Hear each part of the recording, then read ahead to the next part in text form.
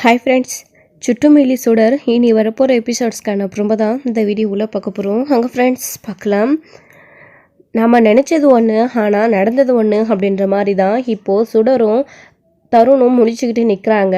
ஸ்கூலை சுற்றி பார்க்கணும் அப்படின்னு ஆசையோடு வந்தாங்க. ஆனால் அங்கே சுடர் பண்ண ஒரு விஷயத்தினால அவங்க மாட்டிக்கிட்டாங்க. ஸோ அவங்க சுடர் என்னதான் அறிவாக அந்த ஸ்கூலில் தெளிவாக பேசினாலும் ஸோ அது அந்த மேடமுக்கு பிடிச்சிருக்கு. ஆனால் கரஸ்பாண்டன்ட்க்கு பிடிக்கவே இல்லை. அவர் நடக்காது, தப்பு பண்ணால் தண்டனை கண்டிப்பாக கிடைக்கும் அப்படின்னு சொல்கிறாரு. அவங்கள பார்த்த உடனே இவங்க 2 பேருக்கு அவ்வளோ பயமாக இருக்குது.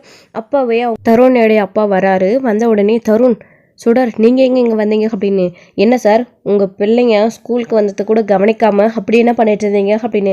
சார் அது அப்படின்னு இவங்க என்ன காரியம் பண்ணியிருக்காங்க, ஸ்கூல் டேஸில், அதாவது ஸ்கூல் இல்லாத டேஸில் இங்கே இப்படி சுற்றி பார்த்து என்னென்ன பண்ணி வச்சுருக்காங்க. ஏதாச்சும் தப்பாக நடந்திருந்தா யார் சார் பொறுப்பேற்றிருக்கணும்? இந்த மாதிரி கொஞ்சம் கூட பொறுப்பு இல்லாமல் உங்கள் பையன் ஏன் நடந்துக்கிறான்? இதுதான் நீங்கள் அவனுக்கு சொல்லி கொடுத்த லட்சணமா? உள்ள ஹலோ பண்ணலை வாட்ச்மேன் அப்படின்னா 2 பேரும் திரும்பி வீட்டுக்குள்ளே போயிருக்கணும். அதை விட்டுட்டு உள்ளே இப்படி தேவையில்லாத விஷயங்கள் எல்லாம் பண்ணுறாங்களே, என்ன சார் இது? எக்குத்தப்பா ஏதாவது நடந்திருந்தால் என்ன ஆயிருக்குன்றதை நீங்களே சொல்லுங்கள். எங்கள் ஸ்கூலோடைய பேர் கெட்டு போயிருக்கா? நாங்கள் சொல்லி தான் உங்களுக்கு தெரிய வேண்டியதில்லை. இப்போல்லாம் காலகட்டத்தில் என்னமோ நிறைய விஷயங்கள் நடக்குது. சின்ன குழந்தைங்க காணாமல் போகிறது, பாலியல் வன்கொடுமை பண்ணுறது, சார் நிறைய விஷயங்கள் இருக்குது சார். நான் சொல்லி தான் உங்களுக்கு தெரியணும் இல்லை? எப்படி நீங்கள் உங்கள் பிள்ளைங்களை இப்படி தனியாக அனுப்பியிருக்கலாம்? சின்ன பிள்ளைங்களை பார்த்து வளர்க்குறது இல்லையா அப்படின்னு எல்லாம் அவங்க சொல்கிறாங்க. சார் புரியுது சார் எனக்குமே, ஆனால் இவங்க இப்படி வருவாங்கன்னு நான் எதிர்பார்க்கல சார், சாரி சார் மன்னிச்சிடுங்க அப்படின்னு. இல்லை சார், இவங்க பண்ண தப்புக்கு இவங்களுக்கு தண்டனை கொடுத்தே ஆகணும். தருணுக்கு ரொம்ப குளிர் விட்டு போச்சு. இவன் இப்படியே போயிட்டு இருந்தான்னா அப்புறம் இந்த ஸ்கூலோட பேர் கேட்டு போயிடும். திரும்பவும் எங்கள் மேலே மரியாதை இல்லாமல் இவனுக்கு போயிடும். இந்த மாதிரி ஒழுக்கு இல்லாத பிள்ளைங்களை எங்கள் ஸ்கூலில் வச்சுக்க முடியாது. அவனுக்கு டிசி கொடுத்துடணும், நாங்கள் கொடுத்துட்றோம் அப்படின்னு சொல்கிறாங்க. அதை கேட்டு ஆடி போயிடுறாங்க. கையில் காலில் விழுந்து தருணுடைய அப்பா கெஞ்சுறாங்க. சார் வேண்டாம் சார், எங்கள் பையனுடைய வாழ்க்கையே உங்கள் கையில் தான் அடங்கியிருக்கு. அது எப்படி சார் நீங்கள் டிசி கொடுத்து அனுப்பிட்டா அவனுடைய என்ன இருந்தால் அவனுடைய வாழ்க்கை வேண்டாம் அப்படின்னு கெஞ்சுறாங்க. அவன் பண்ண தப்புக்கு தண்டனை அதுதான் அப்படின்னு சொல்கிறாங்க. சுடரும் கெஞ்சுறாங்க அவங்கக்கிட்ட வேண்டாம் அப்படின்னு. எப்படியோ ஒரு வழியாக பேசி சுடர் தருணை ஸ்கூல்லேருந்து போக விடாமல் அவங்கக்கிட்ட கேட்டுடுறாங்க. சார் தப்பு பண்ணது நான் தான், எனக்கு என்ன தண்டனை வேணாலும் கொடுங்க, தருணுக்கு எந்த தண்டனையும் கொடுத்துடாதீங்க. நான் தான் ஸ்கூலை சுற்றி பார்க்கணுன்னு தருணை இங்கே கூட்டிகிட்டு வந்தேன். சார் தப்பு என் மேலே தான், நான் தான் இந்த மயக்க பிடிச்சி பேசினேன். என்ன வேணாலும் பண்ணுங்க, தப்பு பண்ணால் தண்டனை கண்டிப்பாக கிடைக்கும்னு என் அம்மா சொல்லியிருக்காங்க. நான் வேணா இன்னைக்கு ஃபுல்லாக முட்டி போடுறேன், இல்லைனா வெயிலில் நான் போய் வெளியில் நிற்கிறேன் சார், ப்ளீஸ் சார் எனக்கு எந்த தண்டனை வேணாலும் கொடுங்க அப்படின்னு சொல்லிட்டு தோப்பு காரணம் போடுறாங்க. தப்பு பண்ணால் என் அம்மா தோப்பு காரணம் போட சொல்லி கொடுத்துருக்காங்க. நான் தோப்பு காரணம் போட்டுட்டு இங்கேயே முட்டி போட்டுறேன், ப்ளீஸ் சார் அவனை டிசி கொடுத்த மட்டும் அனுப்பிடாதீங்க. என்னால் தன்னுடைய லைஃப் வீணாக வேண்டாம் சார், அவன் நல்லா படிக்கட்டும். எனக்கு தான் படிக்க வேண்டிய கொடுப்பனையே இல்லை, நான் தான் ஸ்கூல் பக்கம் கூட போனதில்லை, ஆனால் தருண் படிக்கட்டும் அப்படின்னு சொல்லிட்டு சுடர் சொன்ன உடனே, என்ன பாப்பா சொல்கிற நீ ஸ்கூலுக்கு போனது இல்லையா அப்படின்னு. சார் இல்லை சார், இது வரைக்கும் சுடர் ஸ்கூல் பக்கமே போனது கிடையாது. அதனால தான் சார் அவளை ஸ்கூலுக்கு கூட்டிகிட்டு வந்தேன். அவள் ஸ்கூலை பார்க்கணும், வெளியிலேருந்து பார்க்கணும், உள்ளெல்லாம் சுற்றி பார்க்கணுன்னு ரொம்ப ஆசைப்பட்டா சார். ஸ்கூலுக்கு இன்னும் சுடர் போகிறதில்ல சார், அதனால தான் சார் ஆசைப்பட்டு கேட்டதுனால கூட்டிகிட்டு வந்தேன் சார். ப்ளீஸ் சார் என்னை டிசி கொடுத்த மட்டும் அனுப்பிடாதீங்க அப்படின்னு சொல்லவும், சார் இவங்க என்ன சொல்கிறாங்க அப்படின்னு சொல்லவும், ஆமாம் சார் சொல்கிறார் இன்னும் ஸ்கூலில் சேர்க்கல, அவள் ஸ்கூல் பக்கமே போனதில்லை, சின்ன குழந்தை ஸ்கூலை பார்க்கணும், ஸ்கூலுக்கு போகணும்னு ஆசைப்பட்டுட்டா, அதான் இங்கே வந்துட்டா போல இருக்கு. ப்ளீஸ் சார் தப்பு தான் மன்னிச்சிடுங்க அப்படின்னு சொல்கிறாங்க. என்ன பாப்பா எந்திரி, நீ ஸ்கூலுக்கு ஏன் போகிறதில்ல அப்படின்னு. ஸ்கூலுக்கு சேரணுன்னா நிறைய ஃபீஸ் வேணுமாமே, என்கிட்ட பணம் இல்லையே, என் மாமாக்கிட்டேயும் இல்லையே, தியாவையும் தருணையும் படிக்க வைக்கவே மாமாவால் முடியல, இதில் என்ன எங்கே படிக்க வைக்க போகிறாரு? உன் அம்மா இல்லையாம்மா அப்படின்னு கேட்கவும், என் அம்மா ஜெயிலில் இருக்காங்க அப்படின்னு சொன்ன உடனே எல்லாருக்குமே மனசு ரொம்ப கஷ்டமாயிடுது. என்ன பாப்பா சொல்கிற? சார் என்ன சொல்கிறா அப்படின்னு. ஆமாம் சார், என் தங்கச்சி அபி, என் தங்கச்சியோட பொண்ணு தான் சுடர், அவள் இப்போ ஜெயிலில் இருக்கா சார். என்ன பண்ணி எங்கே இருக்கான்னு எனக்கு கூட தெரியாது சார். எங்கள் குடும்பத்துக்குள்ளே சில பிரச்சனைகள், ரொம்ப வருஷத்துக்கு முன்னாடியே அபி வீட்டை விட்டு வெளியில் போயிட்டா. ஸோ போயிட்டு கல்யாணம் பண்ணிக்கிட்டு சந்தோஷமாக இருக்கான்னு பார்த்தா அவள் ஜெயிலில் இருக்கிற விஷயம் இப்போ தான் சார் எங்களுக்கே தெரிய வரும். சுடரவே 10 வருஷம் கழிச்சு இப்போ தான் சார் ஜெயிலேருந்து கூட்டிகிட்டு எங்ககிட்ட ஒப்படைச்சிட்டு போனாங்க. எனக்குமே என்ன ஆச்சுன்னு தெரியாது சார். பாவம் சார், ஜெயிலே வளர்ந்ததுனால வெளி உலகத்தை பற்றி இவளுக்கு அவ்வளவும் தெரியாது சார். ஆனால் அபி திறமையானவ, சுடரை உள்ளேயே வச்சு அவளால் முடிஞ்ச அளவுக்கு நல்லதை கெட்டதை சொல்லி கொடுத்து வளர்த்து எல்லாத்தையும் படிக்க வச்சிருக்கா சார். ஸ்கூல் பக்கமே அவள் போனதில்லை, அதனால தான் ஸ்கூலுக்கு போகணுன்னு ஆசைப்பட்டிருக்கா. ப்ளீஸ் சார் அவளை விட்டுடுங்க, தருணையும் மன்னிச்சு விட்டுடுங்க அப்படின்னு சொல்லவும், குழந்தையோட பரிதாபத்தை கேட்டு அவங்களுடைய அம்மா நிலைமையை புரிஞ்சுக்கிட்டு கரஸ்பாண்டருமே கூட சரி ஓகே அப்படின்னு சொல்லிட்டு மன்னிச்சு விட்டுடுறாங்க. அதுக்கப்புறமா ரொம்ப சந்தோஷமாக 2 பேரும் வீட்டுக்கு வராங்க. சாரி தருண், என்னால் தானே, என்னை கூட்டிகிட்டு போக சொன்னதுனால தானே உனக்கு இப்படி ஆச்சு அப்படின்னு அபி பேசுகிறாங்க. விடு அதாவது சுடர் பேசுகிறாங்க. பரவாயில்ல விடு அப்படின்னு. என்னம்மாம்மா, என் அம்மா அவங்க கூட சண்டை போட்டுட்டு ஜெயிலுக்கு போயிட்டாங்களா அப்படின்னலாம் வந்து சுடர் கேட்கவும், இல்லைம்மா அது பெரிய விஷயம், உனக்கு எதுக்கு இப்போ அதெல்லாம் வேண்டாம். அபி வெளியில் வந்ததுக்கப்புறமா நீ எதுவாக இருந்தாலையும் அம்மாக்கிட்டே கேட்டு தெரிஞ்சுக்கோ, இப்போ எதுவும் வேண்டாம் அப்படின்னு சொல்கிறாங்க. சரிங்க மாமா, பெரியவங்க ஒன்று சொன்னால் அது நல்லதுக்காக தான் இருக்கும் அப்படின்னு அம்மா சொல்லியிருக்காங்க. நான் திரும்பவும் இதை பற்றி கேட்டு உங்களை தொந்தரவு பண்ண மாட்டேன், சரிங்களா மாமா அப்படின்னு சுடர் சொல்லவும், புத்திசாலி பொண்ணு அபி உன்னை நல்லாவே வளர்த்துருக்க அப்படின்னு ரொம்ப பெருமைப்படுறாரு. வீட்டுக்கு கூட்டிகிட்டு போனதுக்கப்புறமா தியாவோடைய அம்மாவுக்கு பயங்கர கோவம் வருது. எதுக்காக வந்து ஸ்கூலுக்கு போனீங்க, இவங்க 2 பேரும் என்னாச்சுங்க, என்ன பிரச்சனை அப்படின்னு கேட்கும்போது நடந்த விஷயங்கள் தெரிய வருது. தெரிய வந்ததுக்கப்புறமா அம்புட்டு கோவப்படுறாங்க. என்னடி அம்மா எங்கள் குடும்பத்தையே நாசம் பண்ணிட்டு போனான், இப்போ நீ வந்து என் பிள்ளையை நாசம் பண்ணலான்னு பார்த்துட்ருக்கியா?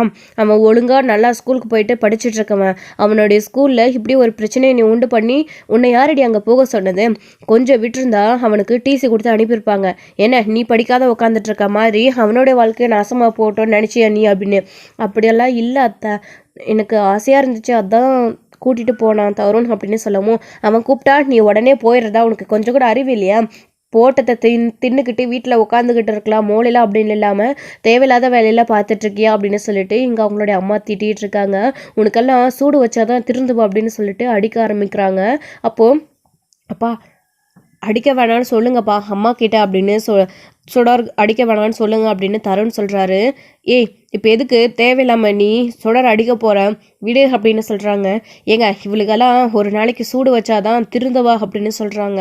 ஸோ அந்த நேரம் பார்த்து அபியை இங்கே விட்டுட்டு போனவங்க வந்துடுறாங்க, அதனால் அவங்க அடிக்காமல் விட்டுறாங்க.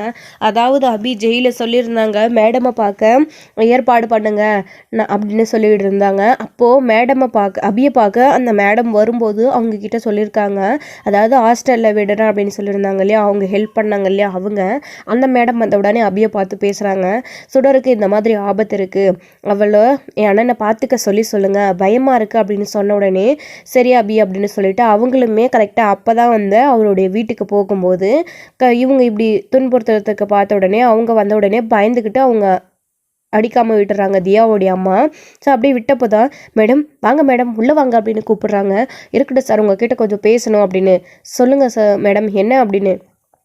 அபி தான் உங்ககிட்ட என்னை பேச சொல்லி அனுப்பிவிட்டா, சுடருக்கு வெளி உலகத்தில் ஆபத்து இருக்குது அப்படின்னு சொல்லி அபி சொல்லியிருக்கா, அவளை உங்களை கேர்ஃபுல்லாக பார்த்துருக்க சொல்லியிருக்கா அப்படின்னு சொன்ன உடனே அவர் பயங்கர அதிர்ச்சி ஆகுறாரு. என்ன மேடம் சொல்கிறீங்க நீங்கள் அப்படின்னு. ஆமாம் சுடருக்கு வெளியில் ஆபத்து இருக்குது, சுடருடைய அப்பா இருக்கிற இடத்துலையும் அவராலையும் பிரச்சனை வர வாய்ப்பு இருக்குது. அது மட்டும் இல்லாமல் அபிக்கும் ஜெயிலில் நிறைய பிரச்சனைகள் இருக்குது, அது எல்லாத்தையுமே அவளுமே சமாளித்து தான் அங்கே இருந்துகிட்ருக்கா. கண்டிப்பாக அபி இன்னும் குறைஞ்சபட்சம் எப்படியும் 10 வருஷம் வெளியில் வர முடியாது. அதுக்காக தான் அபி உங்ககிட்ட சுடரை பத்திரமா பார்த்துக்க சொல்லியிருக்கா சார், அது சொல்லிட்டு போகலான் தான் வந்தேன் அப்படின்னு சொல்லவும் அபி அதாவது சுடர் அவங்கள பார்த்த உடனே ஓடி வந்து மேடம் அப்படின்னு கட்டி பிடிச்சிக்கிறாங்க. அப்போது இந்த விஷயம் குழந்தைக்கு தெரிய வேண்டாம் அப்படின்னு சொல்லிட்டு, என்ன சுடர் எப்படி இருக்க, நல்லா இருக்கியா அப்படின்னு. நான் நல்லா இருக்கேன் மேடம், நீங்கள் எப்படி இருக்கீங்க? அம்மு எப்படி இருக்கா? நான் அம்மு பார்க்க ஜெயிலுக்கு வந்திருந்தேன், அம்மு என்னை பார்க்கவே வரலை. ஏன் மேடம் அம்மு என்னை பார்க்க வரலை? அம்மாவோட நினப்பாவே இருக்குது, நான் அம்முவை பார்க்கணும், நீங்கள் அம்மு கிட்ட சொல்கிறீங்களா, அம்முவை கூட்டிகிட்டு வரீங்களா அப்படின்னலாம் வந்து கேட்குறாங்க. சரி சுடர் பயப்படாத, நான் அம்முக்கிட்ட அபிக்கிட்ட பேசுகிறேன், நீ கவலைப்படாத அப்படின்னு சொல்கிறாங்க. சரிங்க மேடம் அப்படின்னு. சரி போய் பத்திரமா விளையாடு அப்படின்னு சொல்லவோ அவங்க உள்ளே போயிடுறாங்க. அப்போ தான் தியாவுடைய அம்மா வராங்க. சரிங்க சார் அபியை பார்த்துக்கோங்க, நான் வரேன் அப்படின்னு சொல்லிட்டு கிளம்பும்போது என்னாச்சுங்க, என்ன சொல்லிட்டு போகிறாங்க, திடீர்னு இப்போ இவங்க எதுக்கு இங்கே வந்துட்டு போனாங்க அப்படின்னு. என்ன அவங்க சொன்னதை நீ மறந்துட்டியா? சுடரை இங்கே விட்டுட்டு போனாலையோ அவங்க அடிக்கடிக்கு வந்து சுடரை பார்த்துப்பேன் அப்படின்னு சொல்லிட்டு போயிருக்காங்க, நீ வேற தேவையில்லாமல் சுடரை அடிக்க போகிற. இங்கே பாரு சுடருக்கு ஏதாச்சும் ப்ராப்ளம்னு வச்சுக்கோ, நாம் தான் கண்டிப்பாக தண்டனை அனுபவிக்க வேண்டியது இருக்கும். சின்ன குழந்தை தெரியாமல் ஏதோ பண்ணிட்டா, அதுக்காக அவளை அடிக்க போவியா? ஏன் தியாவோ இல்லை தருணோ இந்த மாதிரி தப்பு பண்ணால் கண்டிக்கிறல்ல, அதே மாதிரி கண்டி. அவங்களாம் அப்படிதான் அடுப்பியா?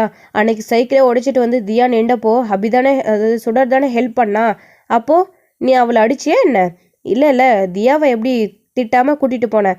அந்த மாதிரி தானே அவளும். அம்மா இல்லாத அவள் எவ்வளோ தனியாக வெளியில் அழுது கஷ்டப்பட்டுட்டு இருக்கா அபியை நினச்சி. நீ என்னமோ இப்போ அடிச்சிட்டு இருக்க அப்படின்னு சொல்லவும், ஏங்க நான் கேட்ட கேள்வியே வேறு, நீங்கள் சொல்கிற பதிலே வேறு அப்படின்னு.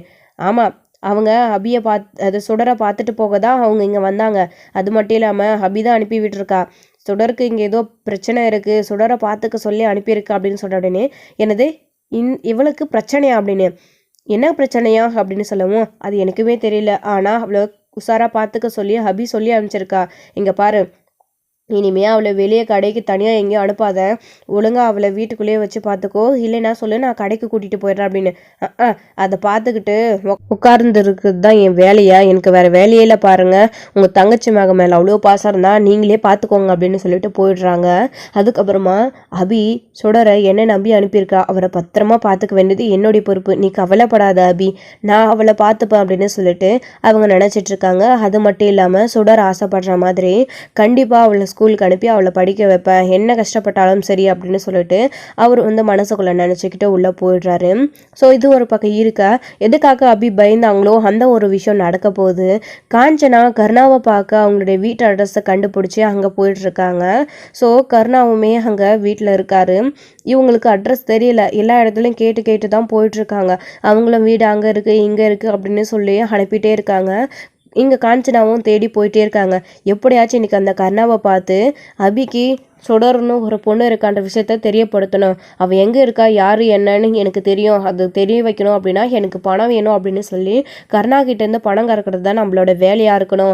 பணத்தை வாங்கிட்டு அதுக்கப்புறமா அந்த சுடரை பற்றி சொல்லிடணும், அதாச்சும் நீங்களே கண்டுபிடிச்சிக்கோங்க அப்படின்னு ஏதாச்சும் பண்ணிடணும் அப்படின்னு சொல்லி போயிட்டுருக்காங்க. கர்ணாவே ஏமாற்றலாம் அப்படின்னு சொல்லி போயிட்டுருக்காங்க.